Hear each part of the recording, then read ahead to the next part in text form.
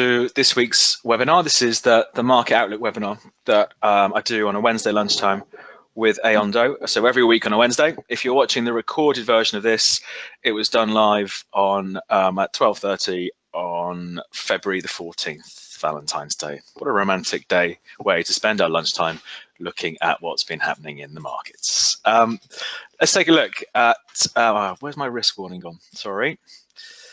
There we go. There we go. So what we're going to look at today, there's a couple of things we look at. We'll look at the major markets. We'll look at euro, pound, dollar, yen's interesting as well, actually. So we'll have a look at that. We'll look at gold and oil and stock markets, of course, because it has been a very interesting 10 days or so for stock markets. So we'll take a look at that. And also, as part of today, we look at a strategy bit today. So today we're going to look at how to trade trend reversals. And I think there have been, I think maybe the pound US dollar, maybe at the moment might be reversing some of its weakness, but we'll have a look at that in a bit more depth. That's it. I think that's the risk warning has been up long enough. So let's take a look. So we're on Aondo's trading platform, which is called Trade Hub. So Aondo may be better known for social trading, follow trading, that sort of thing. But of course, if you have an account, you can trade your own stuff as well. So let's take a look. Maybe let's start off with stock markets this week, because it has been pretty crazy. So let's take a look. Let's start off, of course, with the US S&P 500. Oh, why does it? It does occasionally do this, doesn't it, where it won't maximize the chart at the same time. There we go. Okay. Right, let's take a look at the S&P. So we had that enormous decline of the S&P. So we'd had, long suffering viewers of this webinar will know, it's been a bit boring, to say the least, I think, from a trading point of view. It's great from an investment point of view, but pretty boring from a trading point of view, stock markets, because it just felt like they went up every week. Volatility was incredibly low. We weren't seeing big swings during the day. Market might sell off for 2 days and bang, the buyers come back in at fresh all-time highs. Away we went, and we started off having a cracking start to the year for stock markets. And then massive reversal. We've seen the S&P trade as high as 2880 and as low as almost 2520. So I mean, it's not quite. Is that quite? No, that's a 10% move, isn't it? Slightly more, I think, from 10%. So it's 360-ish point move. Yeah, so a bit more than 10%. So it is a relatively big correction. I think it's overdoing it to call it maybe a crash. But we did trade back to the sort of mid-September levels on the S&P. And I think it's interesting. It's interesting what's happened. I've traded it a bit the last couple of days, just during the day, actually. But I think it's interesting if we look at the bigger picture here. My favorite subject, the importance of previous levels. When the market was falling off a cliff, it traded here 6th of Feb. So when was that? Last Tuesday. Traded as low. I think this was in the out of hours market. Traded as low as 25.30. Rally, incredibly volatile. Rallies up to 27.30. So a 200-point S&P rally. So what's that, around about, I suppose, almost 2,000 points if we're looking at the Dow. Comes back down to it again on the 9th of Feb, and it virtually hits the same level. Trades as low as, what was the low? 25.31, and the low there was 25.30. So clearly, we're a long way away from it now. The market's currently 26.75-ish, but if we did see the market back under pressure, that's the one to watch, to watch how it performs down here. Let's just take a quick look at the trends on here. Has this actually changed anything? Clearly it's been a pretty vicious move, but I don't think it's changed. If we look at, it's a pretty badly drawn trend line, but let's plonk that on there, and maybe let's pick up on what happened since the presidential election. Pick up on that as well in a second. So after the election, something like that, bang. So it spiked it through, but you could argue that trend is still holding. I have to say, so I think the trend is still up. So I don't think at the moment anyway we're going to go falling off a cliff again. But I also don't think we're going to see fresh all-time highs, bursting out through here again, just where we were at the end of January, because I think what we've seen in the last week clearly will have spooked an awful lot of people. So I think maybe the theme for the market now is just going to be chop, chop, chop, which I think is good from a trading point of view and other strategies. But maybe it's definitely, I think, taken some of the wind out of the sails of the enthusiasm, I think, this last couple of weeks. So let's see. Let's take a look on the hourlies. Something I've been doing the last few days. I did it. What day is it today? It's Wednesday. So I did it Monday. I did it Tuesday. Is watching how the market opens and watching for almost a false breakout in the market. So it's a pretty short-term strategy. But let me see if I can pick it up on this chart. So we are February the 14th today. So we did have it yesterday. So that was the overnight trade in the S&P. So that was 8 o'clock in the morning UK time yesterday. Drifts down to about 26.37, goes up to 26.50. And then when it opens, as a bit of a wobble. So this is, let me just try and zoom this in a bit. There we go. A bit of a wobble on the open where it does spike through those overnight lows, but we didn't actually get any follow through. So an aggressive trade, and it has worked the last couple of days. We'll see how it goes today. I've just been a buyer when it's come away from that spike and bought in here at 26.42, stop loss below the lows. And just hang on to the position, and it's worked well yesterday. The market got a bit of a move on towards the end of the day, as it often does. And here's the similar thing the day before. So it's that sort of.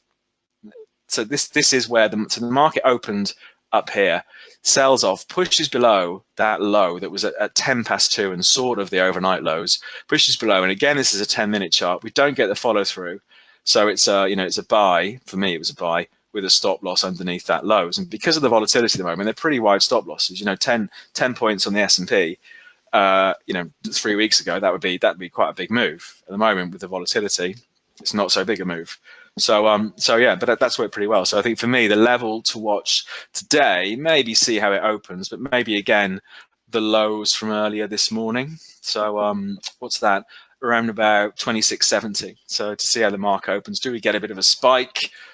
That don't get any follow through and the market goes up. But we're definitely in recovery mode. Clearly, we've broken out through the high from earlier this week. We've got big problems up here though, so big problems. So it wouldn't be surprising to see maybe a bit more of a nervous day today.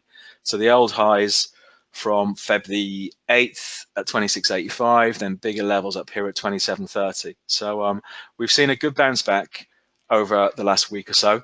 But maybe today, it starts to get a little bit nervous. But I think it's really interesting what's happening with stock markets. But so far, at least, even though that big trend has been sort of probed, I think the trend is still pretty much up. But I do think maybe the theme going forward is going to be chop, chop, chop. Right, let's take a look at have a quick look at the FTSE and the DAX just to see what's going on. So again, clearly just getting moved around by what's happening in US markets. So we had that spike, that big spike lower on the FTSE last week. I think it was pre-market down towards 6,900. Let me flip this over to a daily. Let's put some squiggles on as well, because I know people like the squiggles. Let's get some RSI going on. Relative Strength Index. Let's make it a 10-day. 10-day. Okay, there we go.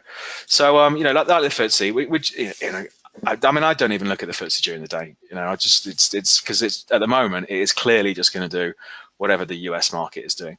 But we've had this move down to the lows again. That sort of retest thing. Let's have a look. Let's have a look on the hourlies. See what we've got on the hourlies. Levels to watch. There we go. Pretty flat, but potential hurdles at 73.15. So maybe 100 points higher than where we are now.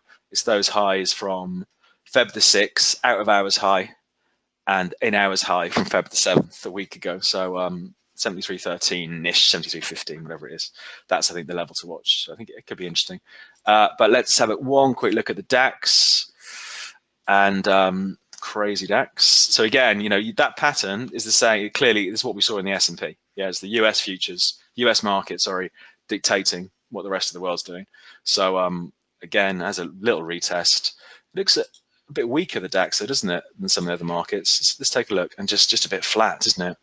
Just a bit flat. So I think, for people who don't want to sit there and watch it all day long, and I can't blame you doing that, I think what will be interesting is if we see these markets sell off. So on the DAX, back to these lows, 11.9, 11.7 sort of area. Do we see the buyers come back in? But it is at the risk of repeating myself again, it is all about what happens in the US markets now.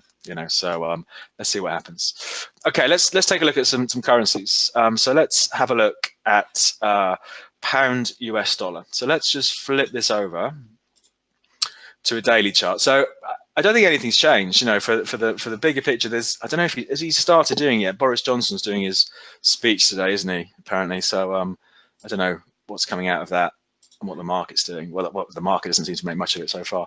But our trends in pound US dollar still very much up. So still for this year, the expectation would be for further pound recovery. Initially back up to here, the 143.5, and maybe even higher after that. Clearly, beginning of this year, it had got a bit overextended from this longer term trend. So, we were always due some sort of correction. But I do wonder if maybe some of the price action we're seeing over the last few days suggests that maybe this correction is coming to an end. So this is where we'll talk a bit about trading trend reversals. Okay, so let's just flip this over to an hourly. Looking on the on the RSI. I mean, it's not gone oversold, but it hasn't been oversold since October because the moves have been so strong in the pound. But actually, there's a good example here of a trend reversal. Let's look at this first of all, like a textbook example going back in the past of how to do it, and then we'll look at what we think of the pound at the moment. And I think the important thing, I don't know what we're going to say. Let's say that was our downtrend, something like that. The important thing is to be patient. And I think the reality is when it comes to trading, plenty of us, me included, struggle with being patient. So what we're looking for is, or the ideal setup, the absolute ideal setup, which gives you low risk, high reward, is like this back here actually in September. So we had the pound trading up at 136.50, sells off to 130.20-ish, so we get a 600-point drop in the pound, and we have this trend line break. Now, I'm not a massive fan of trading off trend line breaks, but I always will put them on the chart like this one, just so I have it sort of pushed in my face what the trend actually is. So I'm not going to trade against the trend. So I think what was interesting here, the trend line breaks, and so what do you do? Well, if you're going to trade just off the trend line break, and you're treating that as a trend reversal, you're a buyer maybe here on this day here at 132.31. The problem I've got with that is, where do you place your stop loss? And I think the problem is, in the beginning, I can remember doing this, would just buy it and place a stop loss, I don't know, 40 points away, just pick a number out of the air. But that is a pretty random stop loss. What we want is, well, if this is a trend reversal, the market should not get to this level. Okay, we should not, if we're going to have a stop loss, we want to say, well, if the market gets to here, we're out. And I think the logical thing, if we're looking at stuff like this, so this is a downtrend, the logical thing, if this is a trend reversal, it shouldn't take out the lows. It's really obvious, obviously, but it shouldn't take out those previous lows. So those lows were in at 130.20-ish. So the problem is, if I'm buying up here at 132.20, I've got a 200-point stop loss. So the ideal setup is actually, when this sort of thing happens, is okay. So you see the break, we see the break of the trend, the market pushes higher. The risk is, if the market runs away, it runs away without you. So you spotted the break, but you're not in. But so what? I think there are so many different markets, so many different opportunities that being patient can pay. So what we're looking for is this sort of thing. Yeah. So this like a retest of those old lows. So picking a level where we think, I don't want to be a buyer here with the 200-point stop loss, but if the market comes back, within 70 points, 60 points, whatever the level is, that's the trade. So I think that is the trend reversal trade. So it's almost as if it's going to set up a double bottom type of thing. And it took a while. It did faff around for about a week, but it's having the patience in the first place to wait for the market to come back, then the patience to wait to see if that level holds, then going in. It still doesn't mean it's always going to work, of course, but I think it's a much better disciplined way of trading. So we're a buyer, stop loss under there, and see what happens. And actually, yeah, well, there you go. It spent almost 2 weeks faffing around, but the end result was it did not take out that previous low. So if we'd have bought in here or here, we'd have sat on the position for a week, not making any money and not losing any money, but it's having the patience to let the market do its thing. So that's I think is a nice way of trading trend reversals, which brings us to maybe what's going on now. Let's take a look. Let's have a look on the hourly charts on this pound US dollar chart to see what it looks like. So again, maybe there's an argument for being a bit more patient, but I think that there's a couple of things here. So I should, I've got an options trade on the pound at the moment, and I could do with it rallying 200 points in the next couple of weeks. So I may be slightly talking my own book a bit here, but I'll try not to. But I've drawn that trend wrong now. How do I get rid of it? Remove. There we go. Right. So let's say, so for me, the market's gone from here in 1st of Feb, around about 42.80, 142.80, and it's traded. Excuse me. It's traded as low as down here. So so that for me is the trend from here. So let's just pick that up. So from up here through to here, there's the trend. Okay, so the market's traded lower. I think that is probably a support level as well, but we'll take a look at that a bit later. So the question is, the move we saw actually in the early hours of this morning, is this enough to suggest the trend line has broken? Probably being a bit conservative here, I'd say no, even though I want it to go up. I'd say no. I think maybe what we want to wait for, to be more patient, is a break at least through yesterday's high.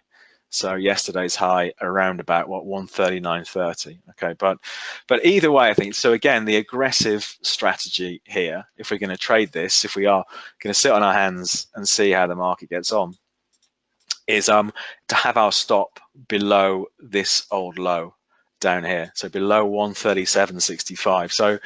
So for me, I mean, I could be tempted to trade it here because I think you've got good risk rewards because the market's 138.60 ish at the moment.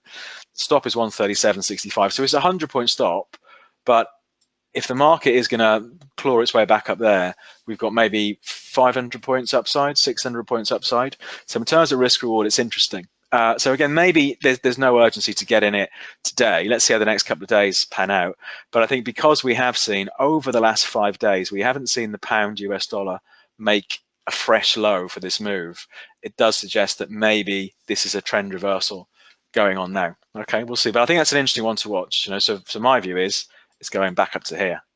But let's see what happens. But clearly 137.60-ish has been big support. Let's take a look. Let me just have a quick look at a 4-hourly chart. I suppose we do have a bit of support from back here just before it sort of ramped out again to those highs. So a bit of support from mid-Jan, not a million miles away, is it, from where we've been trading? Let's just pick up on that. So that this 137.40 was a bit of a level on the way up, and we've seen 137.60-ish hold now. So I think it is interesting down here, pound US dollar. So for me, I'll be looking for a move back up. If these levels break, forget about it. The trend is still down, but I think it is interesting down here. Let's take a look at euro dollar. Euro dollar.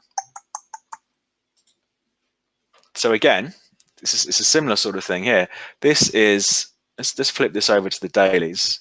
So there's our dailies on euro dollar. So we had some weird trading last year. I think in October last year, we had a bit of a false break going on down, like I don't know if there's a head and shoulders, whatever it is, but never really happened. Since then, we've seen the euro push out to like a 3-year high, I think, haven't we?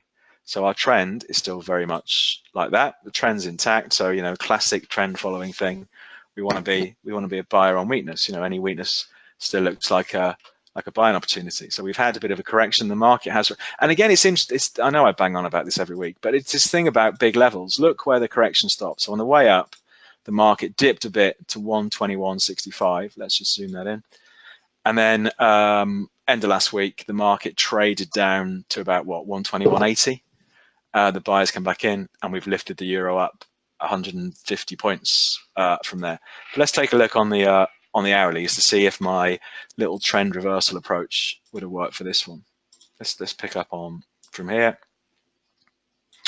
I would say no to that. I think the problem so far with this euro move, it's broken out the trend. It's a good trend that as well. Lots of little touches, broken out the trend here. So if it was me, I would have been sitting, waiting for it to go back down to here and hold above these lows. But here's an example where it has taken off. Yeah, so an aggressive strategy would be a buyer on the break. It's not one I like doing because the stop loss for me has to be too far away. But clearly, we've seen the euro break out of its trend there. And we could still get an opportunity. You know, if the market sells off over the next couple of days, it's only 100 points lower down to here, and then turns round. It's a better risk reward. But clearly, that euro correction, for now at least, looks to be over. So maybe we go back to those highs up above 125. One last currency, because dollar yen is interesting at the moment. Let's take a quick look at that, just because of the size of the move that we've seen in dollar yen, and some big levels getting broken. I think I said last time around, last year was the worst year for the US dollar since 2003. So we had a really negative performance in 2017, and everyone, or lots of the analysts comment coming into this year, was still really negative for the US dollar. And it just always makes me think a bit, I think whenever anybody thinks a market is going to go in one direction, it's exactly the time it goes the other way. So I would just wonder, is this negativeness towards the US dollar a bit overdone? However, looking at dollar yen, today or this week, we've slipped to levels not seen since November 2016. So that is, it's a relatively big low, isn't it? So it's interesting. Let's flip this over to a dailies. So and just see where we are. Because again, I suppose there could be an opportunity here. If you thought this was a false break in dollar yen, there could be an opportunity here. And it's using basically that similar sort of technique I talked about for the S&P. So this is the daily candle. Here's our low. This is our big low from September. 107.30-ish. And if you look, actually, so what I'm talking about is something similar to what happened. It's exactly the same. What happened here? So we did have the lows from April at 108.13, and then in September last year, the market breaks that low. So again, it would be classic breakout. We're expecting the market to fall off a cliff, only to reverse and stage a pretty impressive, 600-700 point rally, something like that. So I think there are a couple of ways of playing this. If you thought that actually it is interesting, this, because we've got divergence going on down here as well. So we've got bullish divergence where the market's slipping lower, but the RSI is making higher lows. So it could be a suggestion that that maybe the weakness is coming to an end. The aggressive trade is, if you think this is a false break, the aggressive trade is just to buy it. So it's 107.25 now with a stop loss underneath today's low. So that is the aggressive trade here. So clearly that is not financial advice. That is just one way of playing it. So 106.84 is the low. 107.25 is where the market is. So I don't know, stop loss at 106.70. So 50, 60 point stop loss. And if it ends up being a major reversal point, there's a lot of potential upside here. A more disciplined and maybe a relaxed way of trading it is wait to see what happens tomorrow. Tomorrow, do we get a candlestick like what we had back here, where the market goes up, and then buy it then, because then at least you've got some confirmed strength. You're not just buying into this thing that's falling off a cliff. But it's really interesting, I think, for the whole dollar weak argument. It's a really interesting one to watch to see how it performs down here, because that is such a big level. It's broken. I mean, it has rallied, 60. My maths is wrong. What's happening with my maths today? 40 points today already off that low. When did it make that low? Let's have a look. Let's see what it looks like on an hourly chart. Okay, so it made the low 3 o'clock this morning. But it's interesting, I think. So there we go. There's an interesting one to watch. So pound US dollar is interesting to watch because maybe we're getting this trend breakout. Dollar yen is interesting to watch because we've broken such a big level. But does it end up being a false breakout? Let's see. Plenty to keep an eye on there. And the last two markets we'll do gold and oil. So let's take a look at gold.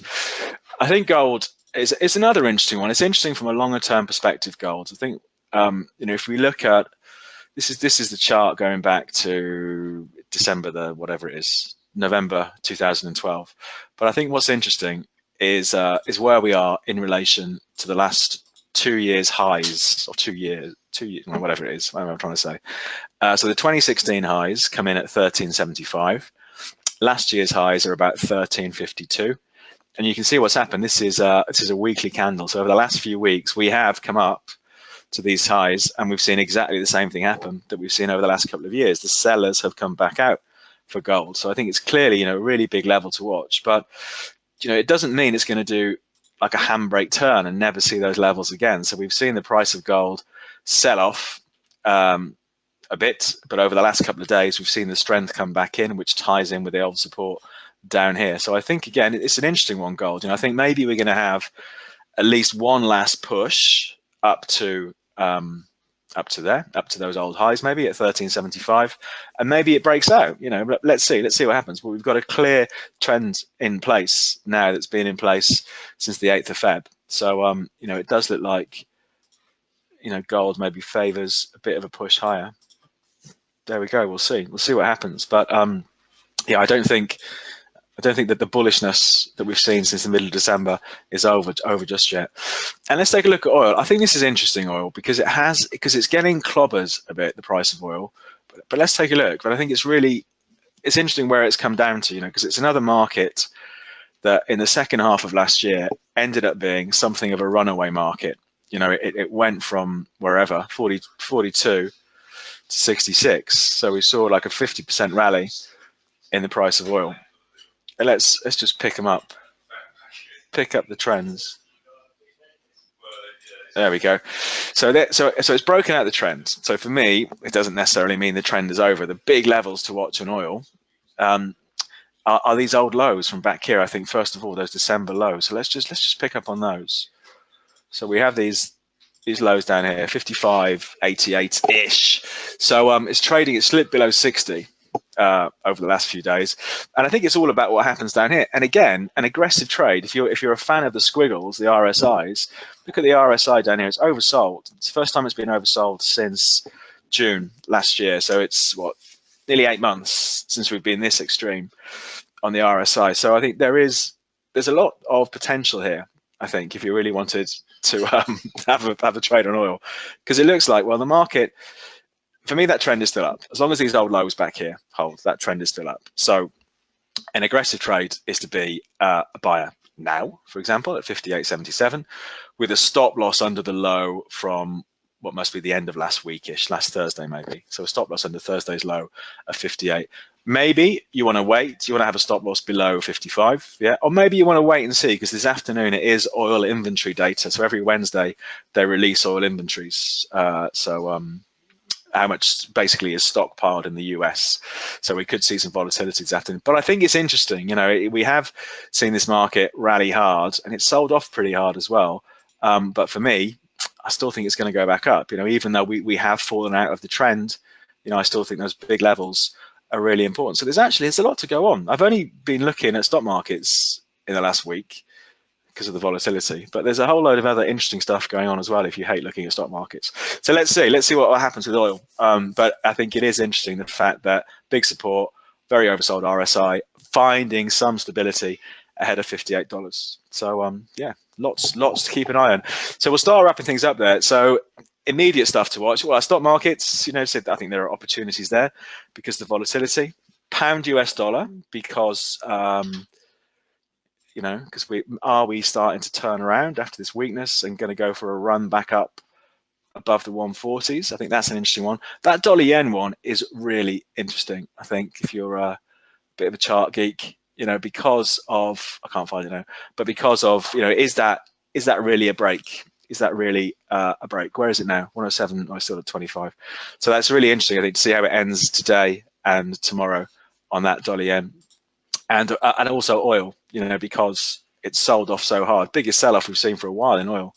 But do we see the buyers come back in? My bias would think that yeah, we do. But let's see what happens over the next couple of days. Someone's saying commiserations on the rugby. Yes, I took my son to the rugby the weekend. He was supporting England, I was supporting Wales. I wasn't very happy. Never mind, we were robbed. But we'll start wrapping things up there. We'll do it all again, of course, next week. But follow me on Twitter for interesting chart stuff during the day. So at Jones the Markets. Any questions, feel free to drop me an email, david@tradeafter.com. And my website, which I never update, is jonesthemarkets.com. And there's a bit of sort of trading blog stuff on there, social trading stuff, all of that. But we will start wrapping things up there. Thanks very much for coming along. Bang on 1 o'clock. So enjoy the rest of your afternoon and have a lovely Valentine's Day. Okay, thanks. Bye-bye.